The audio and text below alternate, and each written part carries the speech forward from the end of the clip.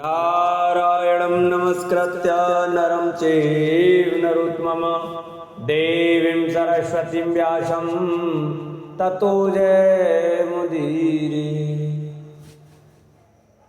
शान्ताकारं भुजगशयनं पद्मनाभं सुरेशं विश्वाधारं गगनसदृशं मेघवर्णशुभाङ्गं लक्ष्मीकान्तकमलनयनं योगविद्यार्णगम्यं वन्दे विष्णु भवभयहरं सर्वलोकैकनाथं।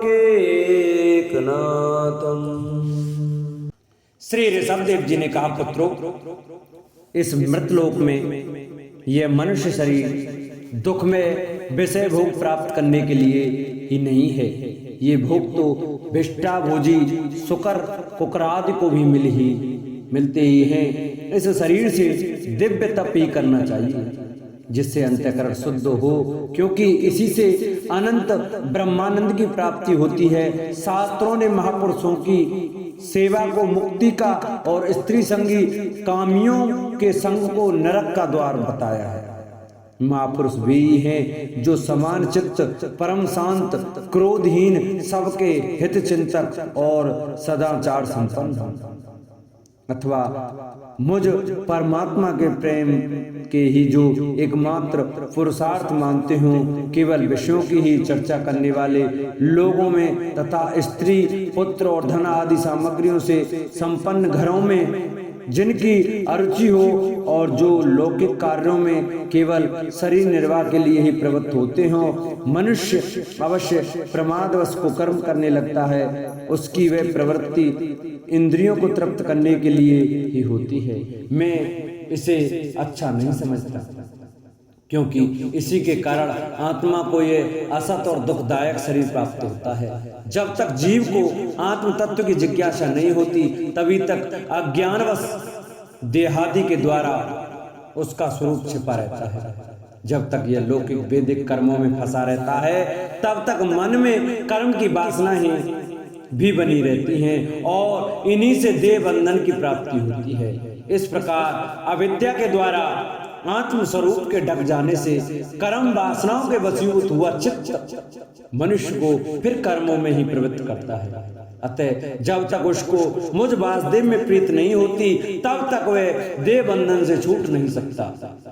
स्वार्थ में पागल जीव जब तक विवेक दृष्टि का आश्रय लेकर इंद्रियों की चेष्टाओं को मिथ्या नहीं देखता, तब तक आत्म स्वरूप की स्मृति खो बैठने के कारण वह ज्ञानवश विषय प्रदान गृह आदि में आसक्त रहता है और तरह तरह के क्लेश उठाता रहता है।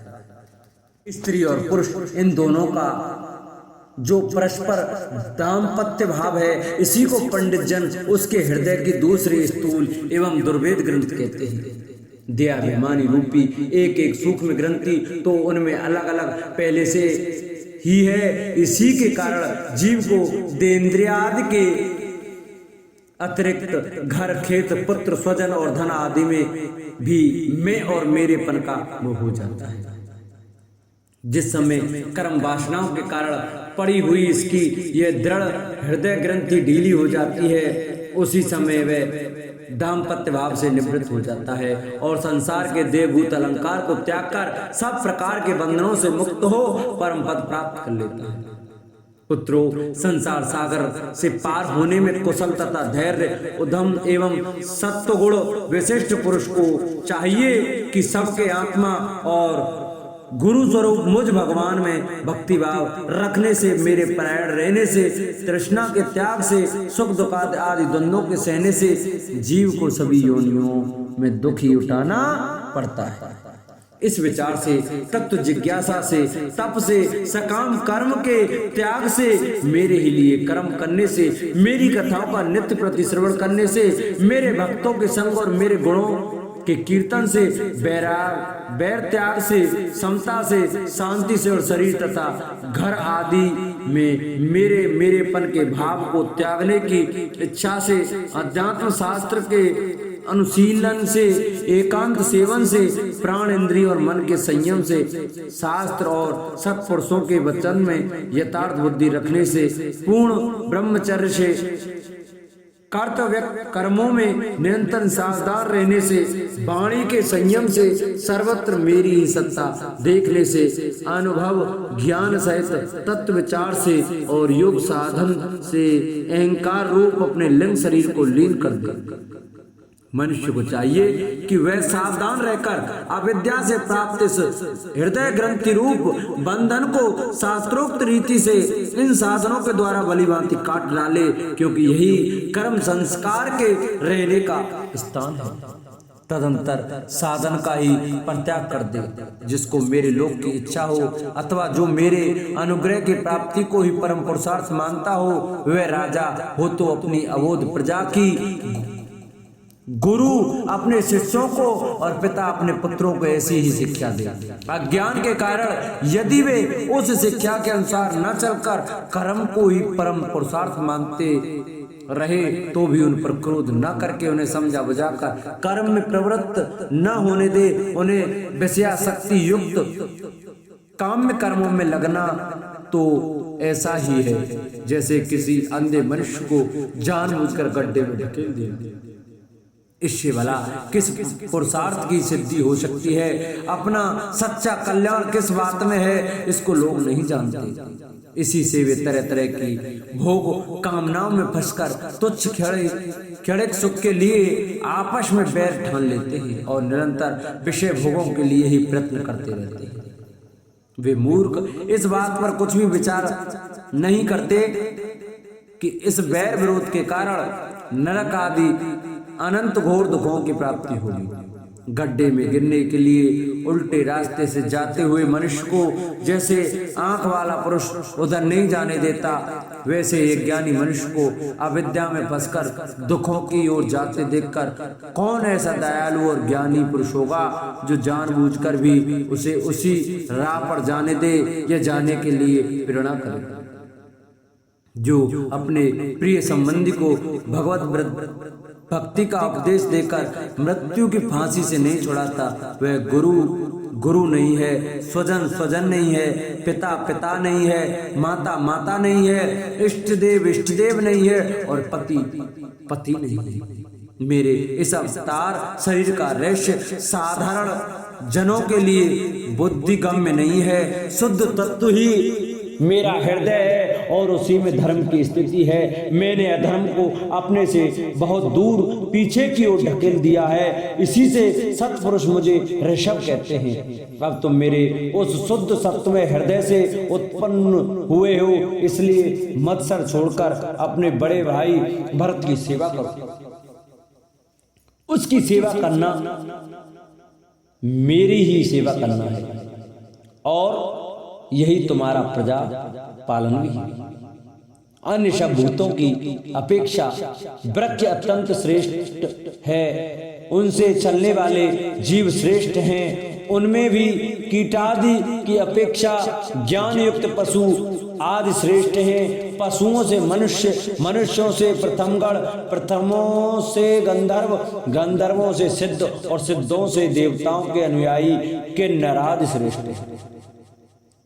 उनसे असुर, असुरों से देवता, देवताओं से भी इंद्र श्रेष्ठ हैं। इसी से इंद्र से भी ब्रह्मा जी के पुत्र दक्षादि प्रजापति श्रेष्ठ हैं। ब्रह्मा जी के पुत्रों में रुद्र सबसे श्रेष्ठ हैं। वे ब्रह्मा जी से उत्पन्न हुए हैं, इसलिए ब्रह्मा जी उनसे श्रेष्ठ हैं। वे भी मुझसे उत्पन्न हैं और मेरी उपासना करते हैं, इसलिए मैं उनसे भी श्रेष्ठ हूं।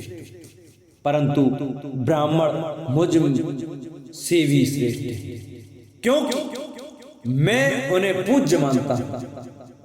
सभा में उपस्थित ब्राह्मणों को लक्ष्य करके विप्रगण दूसरे किसी भी प्राणी को मैं ब्राह्मणों के समान भी नहीं समझता, फिर उनसे अधिक तो मान ही कैसे सकता हूं। लोग श्रद्धा पूर्वक ब्राह्मणों के मुख में जो अन्नादि आहुति डालते हैं उसे मैं जैसी प्रसन्नता से ग्रहण करता हूं, वैसे अग्निहोत्र में होम की हुई सामग्री को स्वीकार नहीं करता। जिन्होंने इस लोक में अध्ययनादि के द्वारा मेरी वेद रूपा अति सुंदर और पुरातन मूर्ति को धारण कर रखा है, तथा जो परम पवित्र सत्वगुण सम दम सत्य दया तप तितिक्षा और ज्ञान आदि 8 गुणों से संपन्न है, उन ब्राह्मणों से बढ़कर और कौन हो सकता है।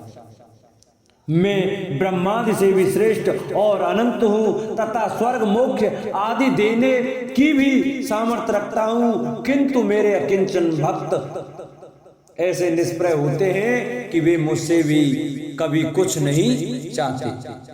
फिर राज्य अन्य वस्तुओं की तो वे इच्छा ही कैसे कर सकते हैं। पुत्रो, तुम संपूर्ण चराचर भूतों को मेरा ही शरीर समझकर शुद्ध बुद्धि से पद पद पर उनकी सेवा करो, यही मेरी सच्ची पूजा है। मन वचन दृष्टि तथा अन्य इंद्रियों की चेष्टाओं का साक्षात फल मेरा इस प्रकार का पूजन ही, इनके बिना मनुष्य अपने को महामोह में कालपास से छुड़ा नहीं सकता। श्री सुखदेव जी कहते हैं, राजन, ऋषभदेव जी के पुत्र यद्यपि स्वयं ही सब प्रकार सुशिक्षित थे, तो भी लोगों को शिक्षा देने के लिए उद्देश्य से महाप्रभावशाली परम सुवत भगवान ऋषभ ने उन्हें इस प्रकार उपदेश दिया। ऋषभदेव जी के 100 पुत्रों में भरत सबसे बड़े थे। वे भगवान के परम भक्त और भगवत भक्तों के परायण थे। ऋषभदेव जी ने पृथ्वी का पालन करने के लिए उन्हें राजगद्दी पर बैठा दिया और स्वयं उपशमशील निवृत्ति परायण महामुनियों के भक्ति ज्ञान और वैराग्य रूप परम हंसोचित धर्मों की शिक्षा देने के लिए बिल्कुल विरक्त हो गए। केवल शरीर मात्र का परिग्रह रखा और सब कुछ घर पर रहते ही छोड़ दिया। अब वे वस्त्रों का भी त्याग करके सर्वथा दिगंबर हो गए। उस समय उनके बाल बिखरे हुए थे, उन्मत्त का सा वेश था। इस स्थिति में वे आवनीय अग्निहोत्र की अग्नियों को अपने में ही लीन करके सन्यासी हुए और ब्रह्मवर्त देश से बाहर निकल गए। वे सर्वथा मौन हो गए थे, कोई बात करना चाहता तो बोलते नहीं थे। जड़ अंधे बहरे गूंगे पिशाच और पागलों की सी चेष्टा करते हुए वे अवधूत बने जहां जहां विचरने लगे।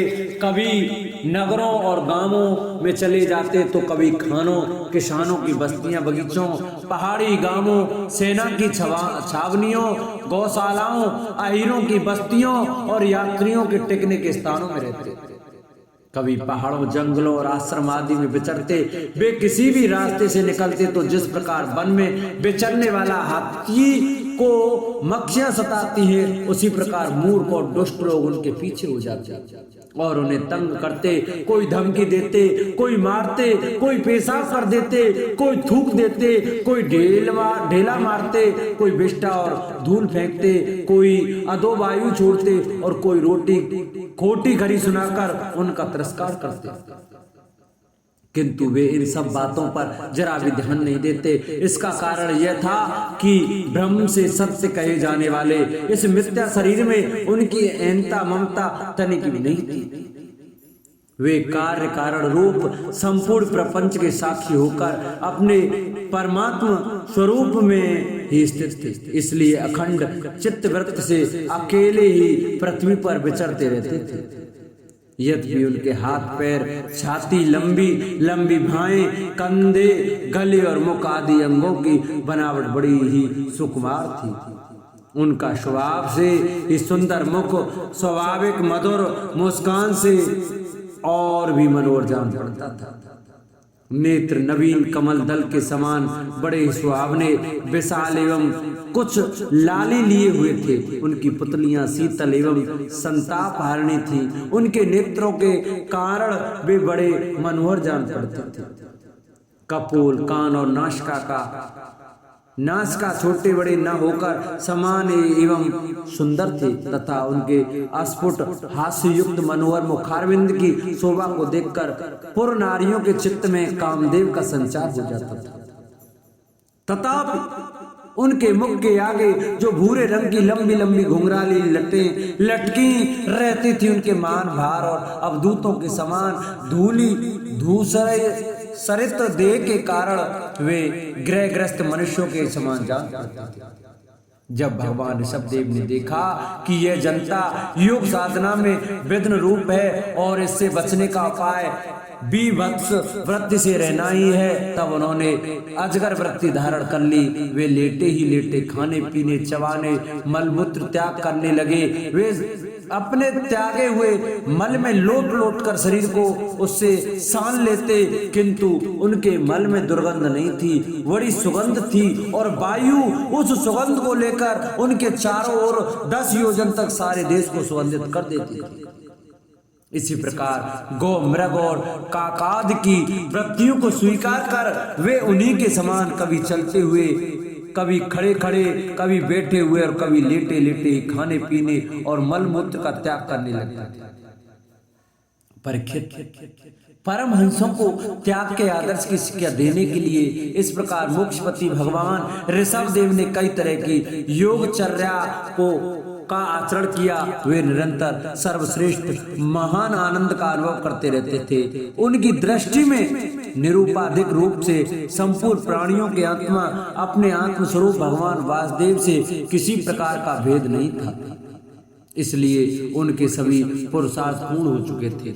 उनके पास आकाश मनोज वित्व मन की गति के समान ही शरीर का भी इच्छा करते ही सर्वत्र पहुंच जाना, अंतर्धान पर काय प्रवेश, दूसरे शरीर में प्रवेश करना, दूर की बातें सुन लेना और दूर के दृश्य देख लेना आदि सब प्रकार की सिद्धियां अपने आप ही सेवा करने को आई, परंतु उन्होंने उनका मन से आदर या ग्रहण नहीं किया। बोलो भागवत भगवान की जय।